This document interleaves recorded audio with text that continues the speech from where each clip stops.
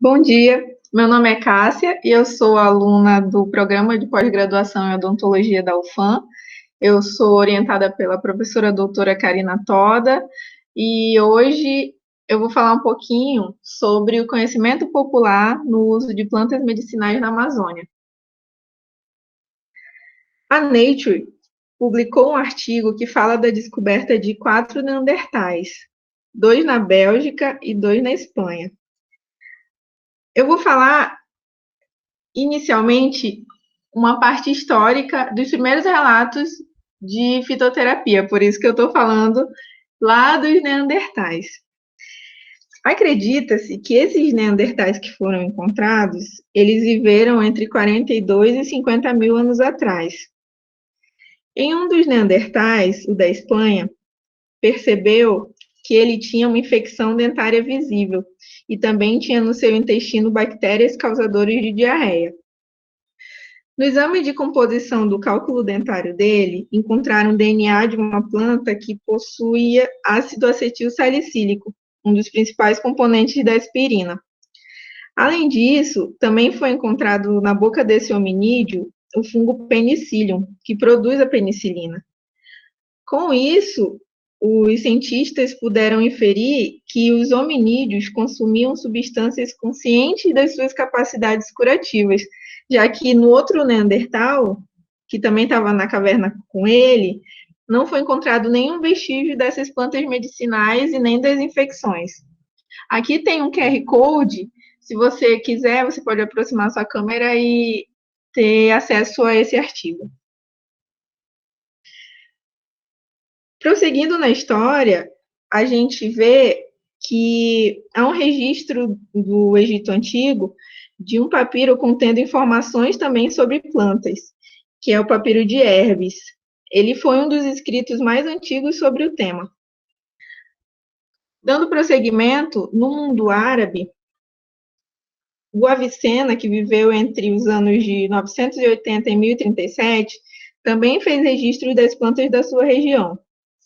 Hipócrates e Galeno, que foram grandes precursores da medicina greco-romana, também têm obras relacionadas a plantas e a cura de doenças. Eles descreviam ali plantas que eram usadas na sua região, assim como o Avicena, e que tinham efeitos benéficos para a população. E o surgimento da escrita, como a gente pode ver desde do papiro de Herbes, foi um grande aliado ao registro do uso de plantas para controle de doenças ou infecções ao longo da história. Já o Otto Bruffels publicou o Herbarium Vivae, que ele foi quem publicou esse manual com os primeiros termos científicos relacionados às plantas. E aí, no século XVIII, o suíço Linneu criou a nomenclatura que nós usamos hoje, que divide as plantas em gêneros e espécies. Existem termos usados na fitoterapia que nós precisamos conhecer para facilitar nosso entendimento daqui para frente. Temos aqui o conceito de fitoterápico. Fitoterápico é o produto obtido da planta medicinal ou seus derivados, com finalidade profilática, curativa ou paliativa. A planta medicinal, ela pode ser in natura ou seca. Ela é aquela espécie vegetal, cultivada ou não, usada com propósitos terapêuticos. Daí podem ser utilizadas, como está escrito aí, in natura e seca, onde a diferença é basicamente pelo grau de hidratação da planta. A droga vegetal é a planta medicinal ou suas partes que contenham as substâncias ou classes de substâncias responsáveis pela ação terapêutica. Isso depois de processos corretos de coleta, de estabilização e secagem, podendo estar na forma íntegra, rasurada, triturada ou pulverizada, basicamente. Essa aqui é uma reportagem que saiu no site do jornal A Crítica, que fala dessa senhorinha que vende plantas medicinais no mercado Adolfo Lisboa, aqui em Manaus. E isso faz muito tempo, das que ela vende. E, segundo ela, a barraca é uma drogaria completa.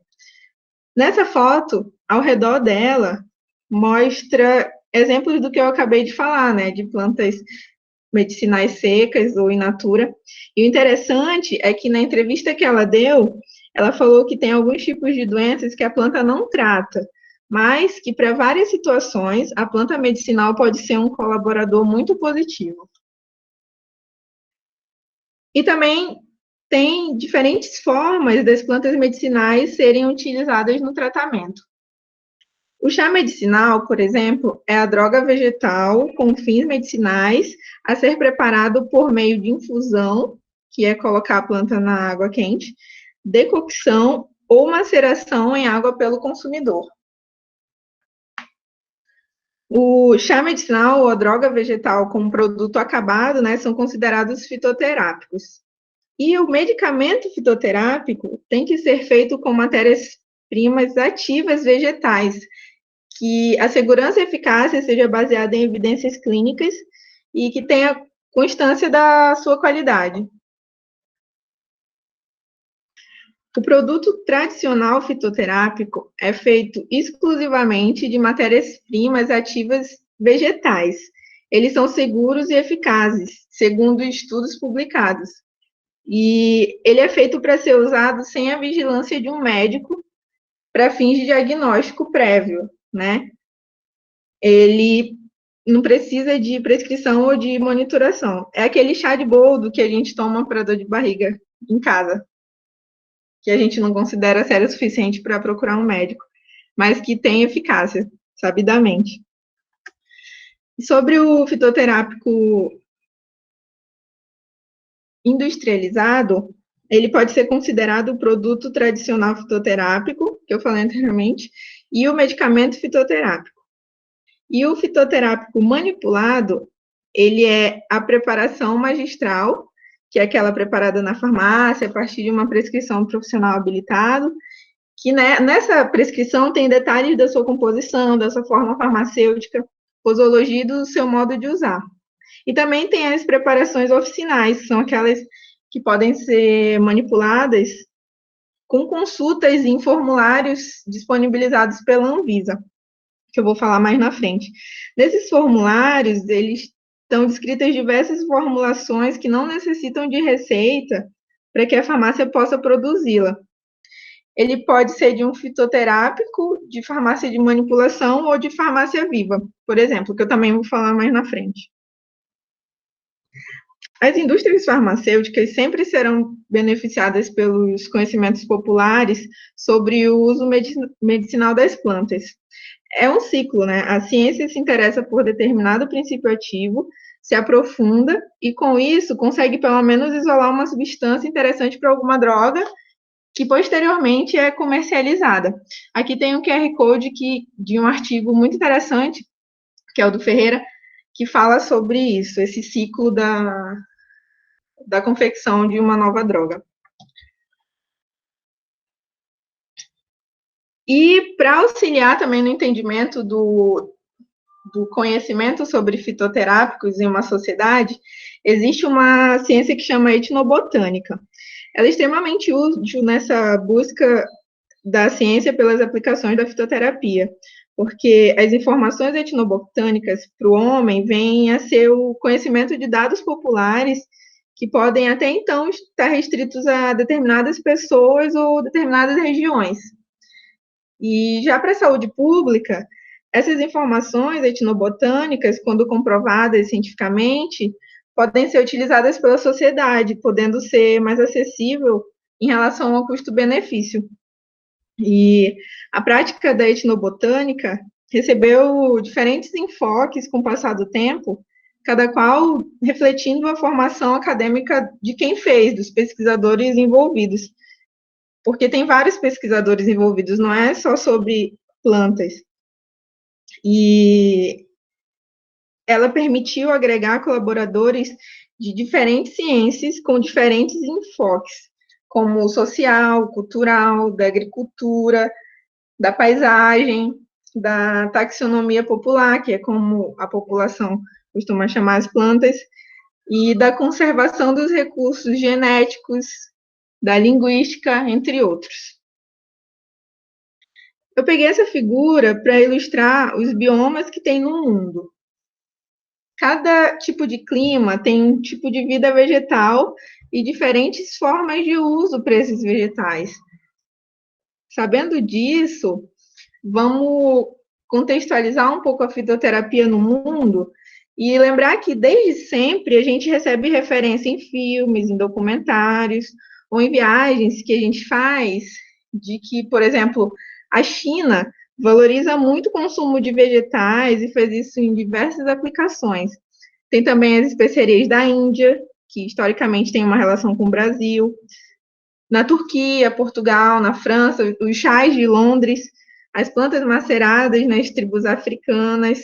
E em todo canto a gente pode estar percebendo, se a gente pensar um pouquinho, que a fitoterapia está presente no passado e agora. E uma planta, ela pode ser usada no alimento e como remédio. O que determina o efeito de uma planta é o contexto no qual ela é usada, a forma com que ela é preparada e a concepção de saúde e doença que a cultura tem sobre ela. Trazendo um pouco aqui para o Brasil, a gente, podemos perceber que a gente está vindo de um histórico, né, do uso do fitoterápico, Neandertais, Índia, os primeiros manuais de fitoterapia. Falamos um pouquinho da fitoterapia no mundo e agora a gente está falando da fitoterapia no Brasil. E o Brasil, ele tem uma diversidade cultural imensa, né? E não seria diferente no conhecimento adquirido para tratar doenças. Nós temos influências de vários povos que colonizaram o país e, além do conhecimento que os indígenas utilizavam, desde sempre foram transmitindo costumes usados até hoje. O Estado, ele reparou na importância que o uso das plantas medicinais tem para a produção de medicamentos para a população. E elas passaram a ser uma ferramenta muito importante para os profissionais de saúde, também para os usuários, para os pesquisadores e para os gestores do SUS. E que o conhecimento das atividades farmacológicas e a toxicidade das plantas medicinais de cada um dos biomas brasileiros, de acordo com os costumes, tradições e com a condição socioeconômica da população, deve ser buscado pelos profissionais de saúde. Esse aqui é um mapa que mostra estabelecimentos municipais com fitoterapia no SUS por município. Tem uso de planta fresca, planta seca, fitoterápico manipulado e fitoterápico industrializado. E o ano foi em 2012. A tendência, como podemos ver, é só aumentar. Porque é barato, né? Relativamente fácil de achar e eficaz. Com a ajuda de políticas públicas que apoiam o acesso, só quem se beneficia é a população.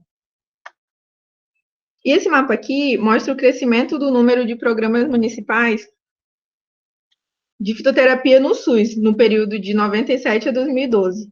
É um mapa que aquece o coração de quem gosta e de quem valoriza a fito. E aqui tem o QR Code dele, para quem quiser acompanhar na íntegra. Agora, trazendo para a nossa região, que, como todo mundo sabe, é extremamente cheia de possibilidades de estudo nesse sentido, por conta da biodiversidade, né? Devemos saber que técnicas de uso de plantas medicinais, normalmente vinculadas às medicinas tradicionais, representam um importante ponto de encontro entre permanências e rupturas culturais, né? Permitindo a observação de diferentes tradições da forma que as plantas são usadas e para onde elas têm convergido. As transformações ficaram consolidadas em um contexto de trocas culturais intensas e diversificadas, vivenciadas por quem habita aqui a Amazônia. A área cultural amazônica, ela se configurou a partir dos modos de viver e produzir impostos por quem morava aqui, né? E sobreviveu às guerras, às epidemias, e também participou da chegada de vários nordestinos nos seringais aqui durante o ciclo da borracha. Antes da chegada dos europeus, a Amazônia possuía uma multiplicidade de povos, né? Vários tipos de tribos e culturas que conviviam por aqui. E o comércio era feito por escambo. E aí tinha sempre uma contínua movimentação em busca dos lugares mais férteis para a plantação. Então, o pessoal, os nativos eram nômades também, e com isso o conhecimento era levado para onde eles iam. A língua, os hábitos de cada etnia tinha relações entre si. E ao longo do tempo elas foram se conectando. E além disso, as culturas europeias vieram somar novos conhecimentos às práticas que já existiam aqui. A Fiocruz, ela fez um projeto que chamou Plantas Medicinais, Políticas Científicas e Tradições de Uso no Brasil. E o interesse da ciência em aprofundar os conhecimentos acerca de plantas medicinais no Brasil é antigo. Inclusive, se baseou na viagem do Carlos Chagas. Aqui é a foto dele. E essa revista também é da Fiocruz. E ele foi um dos maiores cientistas brasileiros, como já sabemos, né? Ele fez umas viagens e ele percorreu rios como o Rio Solimões, o Rio Juruá, o Rio Tarauacá, Acre, Purus, o Rio Branco e o Rio Negro. E ele fez essa viagem a convite da Superintendência da Defesa da Borracha, entre 1912 e 1913.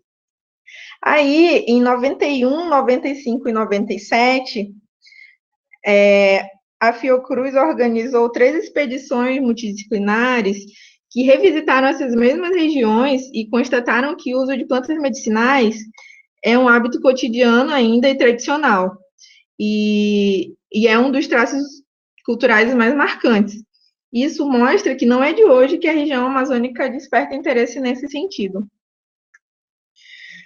O consumo de plantas medicinais tem base na tradição familiar, no fácil acesso que as pessoas têm às plantas e na possibilidade de preparo caseiro, além de ser baixo custo. Em geral, ela é resultado da experiência acumulada durante anos de uso pelos avós e bisavós, por exemplo, e do próprio cultivo dessas plantas medicinais. E aí acontece a transmissão oral desses conhecimentos de geração em geração.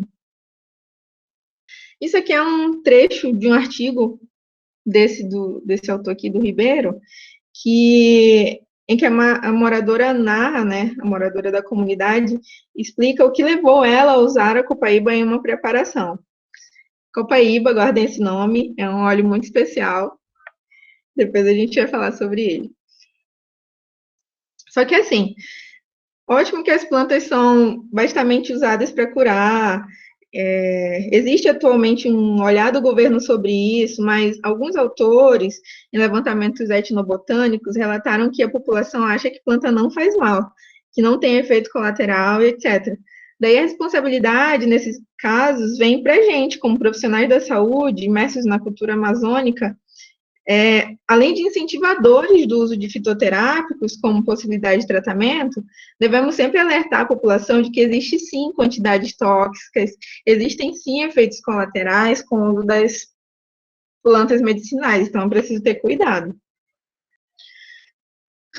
Como eu falei, de uns tempos para cá, o Ministério da Saúde, a Anvisa e o SUS, propriamente dito, iniciaram políticas e programas para incentivar a difusão e o controle do uso de fitoterápicos, o que é um ganho imenso. Em 2006, foi criada a Política Nacional de Práticas Integrativas e Complementares, a PNPIC, pelo Sistema Único de Saúde, né? Como o nome já diz, ela envolve algumas práticas complementares de tratamento no SUS, incluindo a fitoterapia. Essa política, ela foi implementada no âmbito do SUS por acreditar-se que os cuidados por meio das plantas tragam melhores benefícios à saúde humana, desde que se tenha conhecimento prévio da sua finalidade, de seus riscos e de seus benefícios. Ela teve como um dos objetivos aumentar as alternativas terapêuticas dos clientes do SUS a partir de fitoterápicos, assegurando qualidade, eficácia e segurança, garantindo acesso às plantas medicinais, assim como a integralidade da atenção à saúde. E voltado para a fitoterapia, tem a diretriz número 6, que diz que deve haver provimento do acesso a medicamentos homeopáticos e fitoterápicos na perspectiva da ampliação da produção pública, assegurando as especificidades da assistência farmacêutica nesses âmbitos da regulamentação sanitária. A 11 também tem a ver com a fitoterapia e trata da garantia do monitoramento da qualidade dos fitoterápicos pelo Sistema Nacional da Vigilância Sanitária. Complementando essa política, foi instituído o Programa Nacional de Plantas Medicinais e Fitoterápicos, tendo como meta implantar com segurança, eficácia e qualidade plantas medicinais, fitoterápicos e serviços relacionados à fitoterapia no SUS, de forma a desenvolver e assentir as práticas populares e tradicionais de uso de plantas medicinais e remédios caseiros no âmbito do SUS. Dentre os objetivos específicos desse programa, tem a construção do marco regulatório para produção, distribuição e uso de plantas medicinais e fitoterápicos. E também estimula a promoção de pesquisa, desenvolvimento de tecnologias e inovações em plantas medicinais e fitoterápicos, e também o desenvolvimento sustentável das cadeias produtivas de plantas medicinais e fitoterápicos. Esse programa ele teve 17 diretrizes e todas voltadas nesse sentido. E desde a criação da política, em 2006, ocorreram muitas ações no sentido da sua implementação. Primeiro vem a política e depois o programa, Diversos estados e municípios criaram políticas locais para o setor da fitoterapia, com a aprovação de leis específicas. Não sei se vocês recordam dos gráficos dos mapas que eu mostrei anteriormente, que ilustra bem essa situação, que depois da criação dessas políticas houve um salto no consumo de fitoterápicos pelos usuários do SUS. E muitos serviços de saúde passaram a oferecer esse tipo de tratamento e aumentou o número de profissionais que utilizaram a fitoterapia e utilizam atualmente a fitoterapia no tratamento de seus pacientes. Em fevereiro de 2009, o Ministério da Saúde anunciou a Relação Nacional de Plantas Medicinais de Interesse ao SUS, a RNSUS, no qual contém 71 espécies vegetais utilizadas pelas populações e confirmadas cientificamente. E em novembro de 2011, a Anvisa lançou o formulário de fitoterápicos da farmacopeia brasileira. E 10 anos após a implantação da política, lançou o memento de fitoterápicos da farmacopeia brasileira. Você lembra que eu falei anteriormente sobre os formulários, que a Anvisa possui para a produção de medicamentos fitoterápicos? E foi um grande avanço para o uso racional e seguro das plantas medicinais.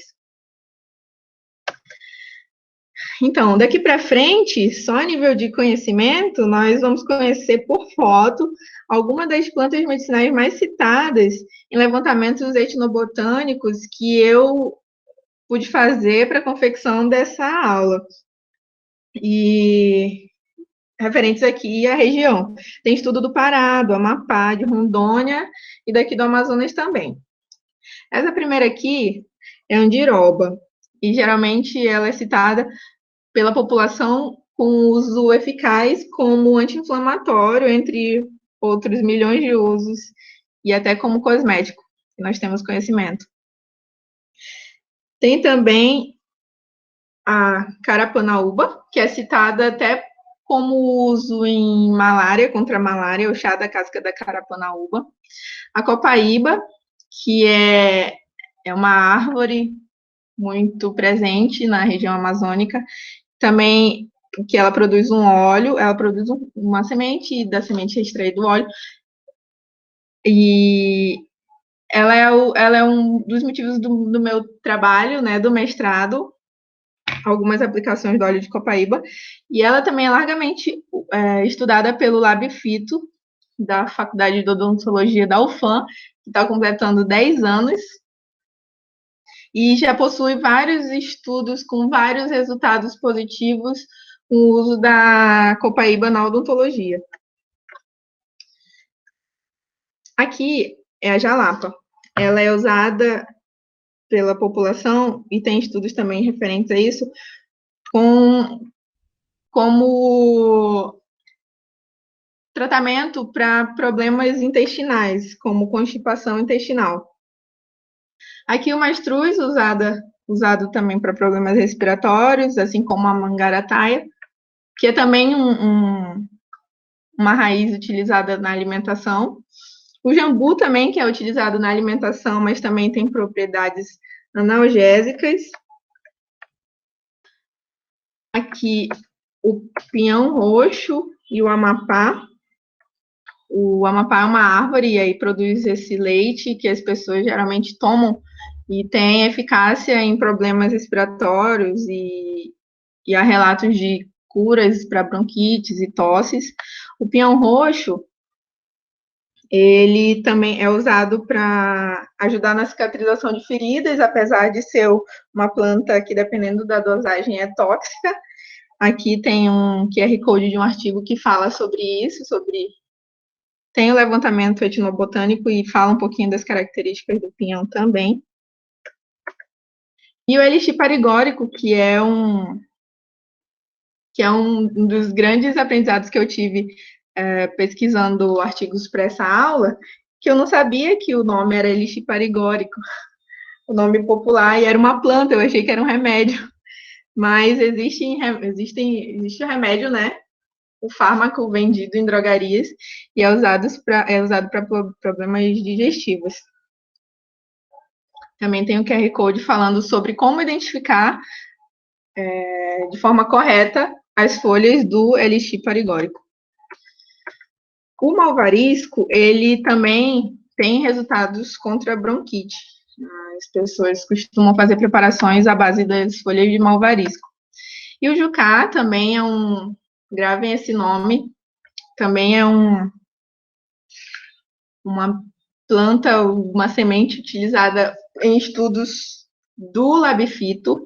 Tem várias características, como anti-inflamatório e para cicatrização, e o LabFito já possui artigos publicados e artigos e estudos em andamento com o uso do jucá na odontologia, muito promissores. Também tem o boldo, que assim como a camomila, a erva cidreira, é comercializado pela Dr. Oetker como chá, que tem aplicações para problemas digestivos. Aqui tem o coirama, que é usado também em problemas respiratórios, a cidreira como calmante, e o capim-santo, que age no estômago para desconforto estomacal. E aqui eu coloquei um pequeno quiz, e aí eu pergunto para vocês, vou dar um segundo para pensar, qual a relação a planta abaixo, que eu falei ainda agora, possui popularmente com a odontologia? Para que o povo usa? O povo usa como clareador dental, usa para higiene dental, usa para alívio na dor dos dentes ou para restauração? Um segundo. Então, eu achei alguns artigos que falam que o pinhão, né, o leite do pinhão é usado para alívio na dor dos dentes. Uma curiosidade. Então, se você estiver no meio da floresta e estiver com dor de dente, você estiver longe de um dentista, porque a gente sabe que quando a pessoa está com dor de dente, ela precisa procurar um dentista, né? Mas o pinhão pode ajudar. Outra curiosidade: qual das plantas abaixo possui substâncias com potencial de inibição de enzimas envolvidas na replicação do vírus SARS-CoV? É uma informação quentíssima.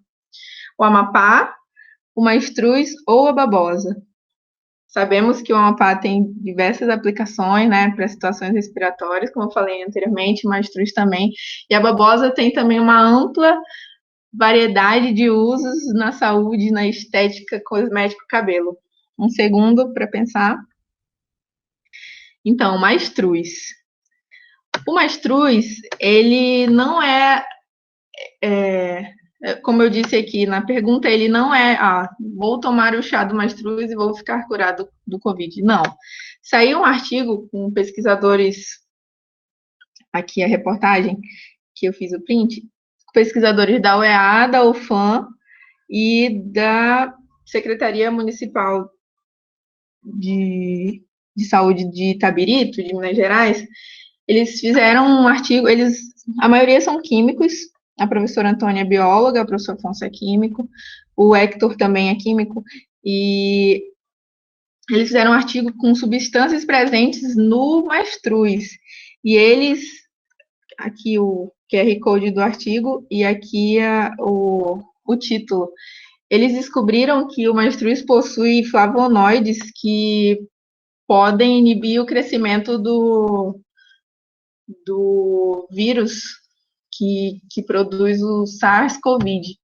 Então, existem algumas entrevistas desse grupo de pesquisa e eles estão falando claramente o que eu falei ainda agora, que o mastruz ele não pode ser usado, consumido com a promessa de que ele vai matar o vírus que causa os sintomas do coronavírus, que é a pandemia que estamos vivendo atualmente. Ele possui, essa pesquisa está em andamento, de que ele possui propriedades que podem conter o crescimento desse vírus, e o que é ótimo, é uma planta que tem amplamente na região norte, mas também tem no Brasil, e estamos torcendo para que essa pesquisa evolua e bons resultados sejam encontrados.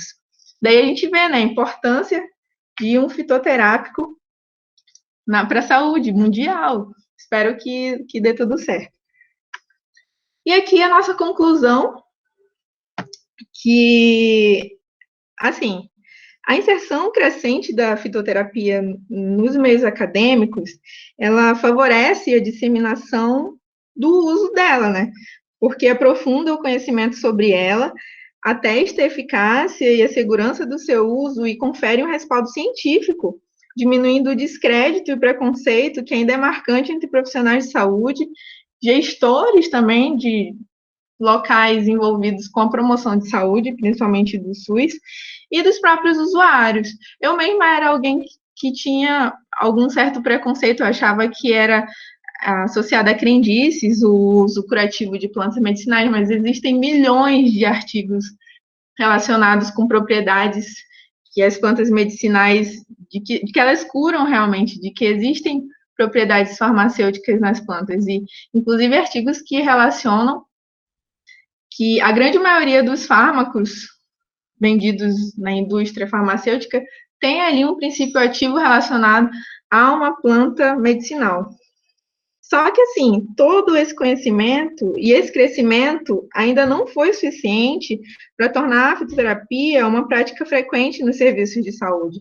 Várias dificuldades impedem que todo o potencial dessa forma de tratamento seja explorado, o que seria benéfico para os usuários, para o SUS e também para o Brasil.